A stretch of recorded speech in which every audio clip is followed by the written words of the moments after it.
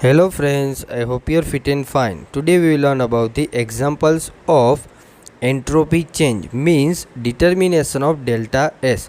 Now we take example number 3. So friends, this is the example number 3. Calculate the entropy change per mole when cadmium vapor at 767 degrees Celsius and 1 atm pressure is heated up to 1027 degrees Celsius. Assume that the vapor behave a ideal gas and Cv is equal to 3 calorie per mole per Kelvin. So in this example, give the T1 and T2. T1 is a 767 degrees Celsius and T2 is equal to 1027 degrees Celsius, and pressure it will be constant, means 1 atmospheric pressure it should be constant throughout experiment. Now we solve this example. So friends, આ એક્ઝામ્પલની અંદર શું આપેલું છે? સિલિન્ડરની અંદર cadmium vapour ભરેલી છે. શું ભરેલી છે? કેડમિયમની વેપર. કેટલા ટેમ્પરેચર એનું કેટલું છે? 767 ડિગ્રી સેલ્સિયસ. પછી શું કરે છે? હીટ કરે. હીટ કરી અને ક્યાં સુધી પહોંચાડે છે? 1027 degree Celsius, means 1027 degree Celsius સુધી હીટ કરે. પ્રેશર કેટલું આપેલું છે? 1 atm pressure. Pressure should be constant throughout experiment. 1 atm open એટમોસ્ફિયરની અંદર શું કરે છે? કેડમિયમ વેપરને હીટ કરે છે. તો ત્યારે ચેન્જિંગ એન્ટ્રોપી ડિટરમાઇન કરવાની કીધેલી છે. તો શું થાય છે? હીટિંગ આપે છે 767 ડિગ્રી સેલ્સિયસથી ક્યાં સુધી પહોંચાડે છે? 1027 ડિગ્રી સેલ્સિયસ સુધી ટેમ્પરેચર પહોંચાડે છે. કેડમિયમ વેપરને હીટ કરે. પ્રેશર 1 atm છે. કેની વેલ્યુ આપેલી છે? સીવીની વેલ્યુ આપેલી છે. એટલે તમે ડિટરમાઇન ડેલ્ટા એસ ઇઝીલી કરી શકો. કઈ રીતે? બે ટેમ્પરેચરની વેલ્યુ આપેલી છે. ટેમ્પરેચર શું છે? T1 is equal two 767 degree Celsius આપેલું છે. 767 મીન્સ 767 ડિગ્રી સેલ્સિયસ આપેલું છે. ડિગ્રી સેલ્સિયસમાં ચાલશે નહીં, આપણે કેલ્વિનમાં કન્વર્ટ કરીએ એટલે આ શું થઈ જશે? 273 plus 767 is equal to 1040 kelvin. 1040 કેલ્વિનની વેલ્યુ મળશે. T1 is equal to 1040 kelvin. T2 બરાબર, T2 કેટલા મળશે? 767 ડિગ્રી સેલ્સિયસથી હીટ ક્યાં સુધી કરે છે? 1027 સુધી. બરાબર, 1027 ડિગ્રી સેલ્સિયસ સુધી હીટ કરે. બરાબર, ડિગ્રી સેલ્સિયસમાંથી આપણે કેલ્વિનમાં કન્વર્ટ કરીએ. 273 એટલે ઇક્વેશન થઈ જશે 1300 કેલ્વિન, મીન્સ 1300 કેલ્વિન થઈ જશે. કેની વેલ્યુ? T2ની વેલ્યુ. પ્રેશર કેટલું આપેલું છે? પ્રેશર કોન્સ્ટન્ટ છે, 1 એટમોસ્ફેરિક પ્રેશર. બરાબર, 1 atm કેવું છે? કોન્સ્ટન્ટ છે. સીવીની વેલ્યુ આપેલી છે. સીવીની વેલ્યુ શું આપેલી છે? 3 calorie per mall kelvin value આપેલી છે. કેની? સીવીની. આરની વેલ્યુ તમને ખબર છે 1.987 કેલરી પર મોલ કેલ્વિન. બરાબર, આરની વેલ્યુ આપેલી છે, સીવીની વેલ્યુ આપેલી છે, પ્રેશર કોન્સ્ટન્ટ છે, બે ટેમ્પરેચર આપેલા છે. ત્યારે તમારે ડેલ્ટા એસ ડિટરમાઇન કરવાનો કીધેલો છે. હવે ડેલ્ટા એસ ડિટરમાઇન કરવા માટે પહેલાં જોવાનું કેટલી વેલ્યુ આપેલી છે? પ્રેશર કોન્સ્ટન્ટ છે અને ટેમ્પરેચર આપેલું. તો ઇક્વેશન તમારે થઈ જશે entropy function, entropy as a function of pressure and temperature.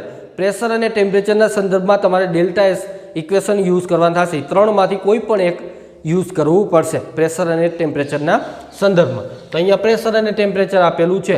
Pressure કેવું છે?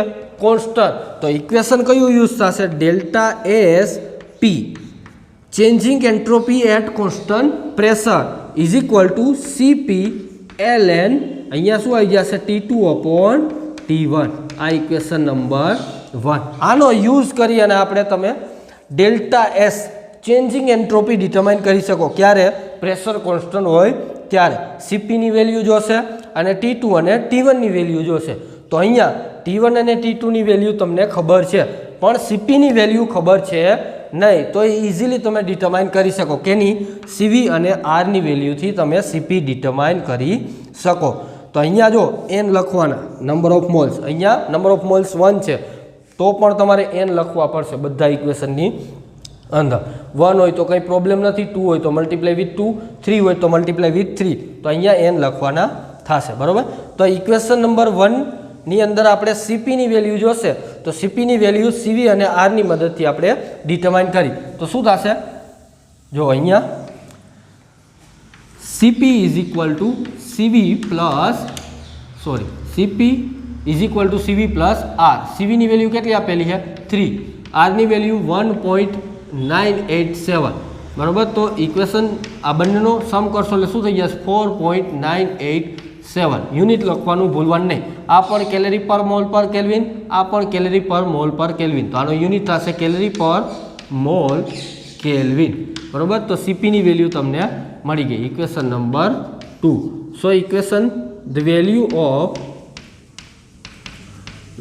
Of equation 2 put in equation number 1 equation number 2 ની વેલ્યુ મળી Cp is equal two 4.987 calorie per mole per kelvin તો Cp ની value મળી ગઈ એ આપણે equation number 1 ની અંદર મૂકી તો ઇક્વેશન શું થઈ જશે delta S P n is equal two શું થશે જો n ઇઝ ઇક્વલ ટુ શું થશે 1 મોલ પર મોલ કીધું એટલે 1 મોલ બરાબર 1 મોલ માટે તમારે ડિટરમાઇન કરવાનું કીધેલું છે તો 1 મોલ Cp ની વેલ્યુ મળી ગઈ કેટલી મળી 4.987 બરાબર અહીંયા શું આપેલું છે નેચરલ લોગ આપણે લોગ બેઝ 10 બરાબર લોગ બેઝ 10 કરીએ એટલે મલ્ટીપ્લાય શું થશે મલ્ટીપ્લાય વિથ 2.303 લોગ હવે શું થઈ જશે T2 upon T1 હજી એક વખત આપણે T2 upon T1 મૂકી પછી આને વેલ્યુ મૂકી તો હવે ઇક્વેશન શું થઈ જશે જો ડેલ્ટા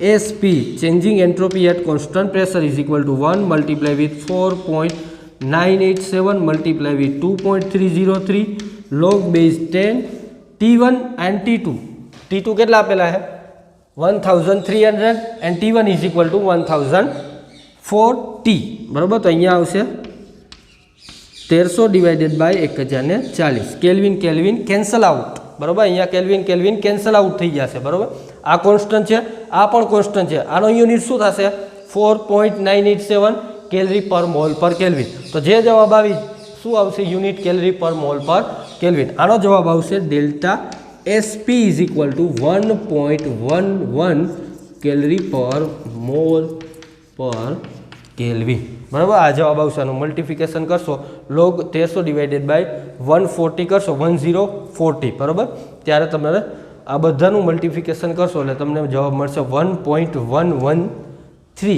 બરાબર આ રીતનો જવાબ મળશે means changing entropy at constant pressure is equal to 1.11 calorie per mole per kelvin unit લખવાનો ભૂલવાનો નહીં આનો યુનિટ જે છે એ જ અહીંયા આવશે સીપીનો જે યુનિટ હશે એ જ આવશે સીપીનો યુનિટ શું છે calorie per mole per kelvin તો અહીંયા પણ આવશે કેલરી પર મોલ પર Kelvin. So this is the entropy change. Whenever cadmium vapor, it will be heated from 7 degrees Celsius to 1027 degrees Celsius. At that time, changing entropy is equal to 1.1 calorie per mole per Kelvin.